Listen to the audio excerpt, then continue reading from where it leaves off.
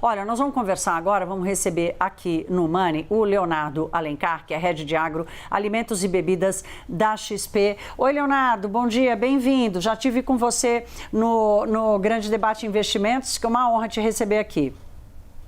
Bom dia, Thaís. E bom, Leonardo, a primeira coisa que eu queria te ouvir, como é que você está sentindo aí a percepção dos investidores nesse setor, o desempenho das empresas e o acompanhamento desse caso no Brasil? Thaís, acho que até um ponto interessante aqui, apesar de ser uma notícia bem negativa, né, o caso de vaca louca, esse perfil, né, vaca louca atípica, né, acho que é importante essa questão de ser atípico, ele é um evento natural, né, ele pode acontecer em animais mais velhos, animais que ficaram no pasto por muitos anos, animais com 8, 9, 10, 11, 12 anos de idade, é uma mutação que acontece, uma proteína que é espontânea, né, então não está vinculada a nenhum tipo de alimentação, nenhum tipo de prática errada que é proibida no Brasil, né. Então, esse evento atípico, ele ocorre de tempos em tempos. A gente teve uma ocorrência dessa em 2019, teve em 2021. É uma frequência talvez mais desconfortável do que a gente gostaria, porque dentro do protocolo com a China tem uma cláusula sensível a isso, mas na prática foi identificado, né, o animal foi sacrificado, fizeram os testes clínicos, foi enviado para o laboratório no Canadá para verificar se realmente é o perfil atípico. A dúvida aqui é muito mais se é atípico ou se não é nada, né? O risco de ser uma vaca louca clássica é praticamente nulo. O Brasil nunca teve uma vaca louca clássica. Então, o mercado está muito mais no passo de espera, dado que, se for atípico e com a restrição de exportação à China, quanto tempo a China demora para retomar as importações do Brasil. E aqui tem bastante discussão. 2019 foram 2 semanas, 2021 foi um pouco mais de 3 meses. Então, realmente, a subjetividade é justamente a velocidade de volta da China às importações. Vamos acompanhar essa ofensiva política, né, do governo. Ontem o ministro da Agricultura teve com um embaixador chinês no Brasil, quer dizer, há uma ação diplomática muito mais forte. Leonardo, eu quero tratar de um outro tema sobre isso com você, porque é o seguinte, o preço do boi gordo aqui no estado de São Paulo despencou mais de 10% ontem. Foi o primeiro dia depois desse alto embargo do Brasil às exportações da carne para a China.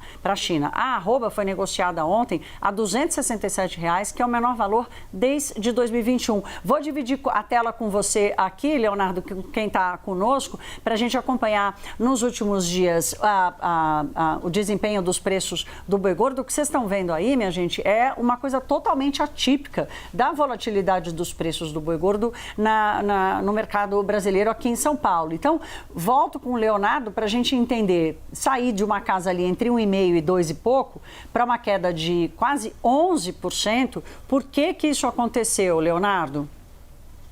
Acho que o ponto importante aqui, Thaís, é que essa incerteza, né, de paralisamos a exportação para a China, quanto tempo ela demora para voltar, o que a indústria faz nesse momento? A partir do momento da suspeita do caso, ela para as compras. Para as compras, inclusive, esperando a resolução para entender se é um caso atípico ou se vai ter essa restrição de exportação. Então, nesse momento, com o mercado físico praticamente parado, a gente perde até o referencial de preço para a arroba do boi gordo. O que aconteceu, inclusive, foi que o mercado futuro já precificou uma queda expressiva na quarta-feira, tá? Realmente já esperando aí que o preço do boi caia diante de uma restrição de exportação.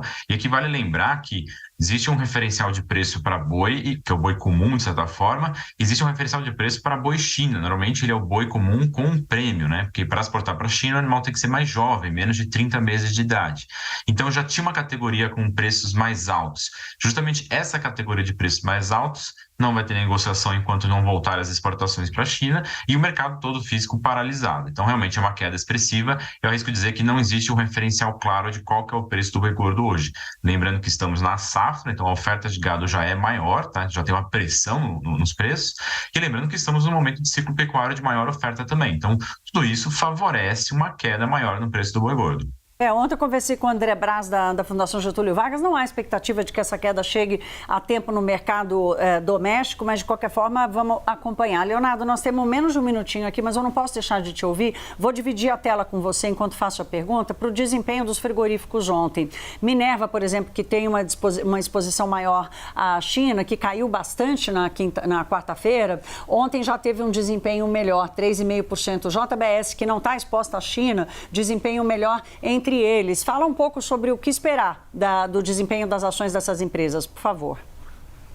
Esse é até um ponto interessante, porque a empresa que está somente no Brasil, ela realmente fica muito refém, né? Então, sem exportação para a China, você perde o principal mercado em volume e um dos melhores mercados em preço também, sobretudo para diversos cortes mais baratos.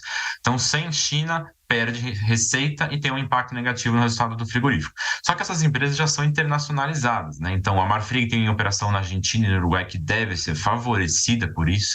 A Minerva tem operação também na Argentina e no Uruguai que também deve ser favorecido. Paraguai e Colômbia da Minerva não exportam para a China, então não seriam diretamente impactados com isso. A JBS tem operação na Austrália que também pode ser beneficiada. Então, nesse momento, diversificação geográfica ela passa a ser estratégica, porque o frigorífico ele vai realocar a produção dele e voltar a exportar para a China ou aumentar a exportação para a China via outras origens e, Sim. às vezes, dado que sobe o preço na China, ele pode até ter um resultado melhor do que o esperado.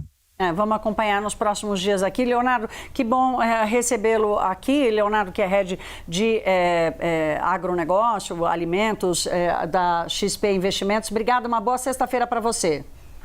Para você também, Thaís. Obrigado. Eu esqueci de falar o sobrenome dele, né? O Leonardo Alencar, head de agroalimentos e bebidas da XP.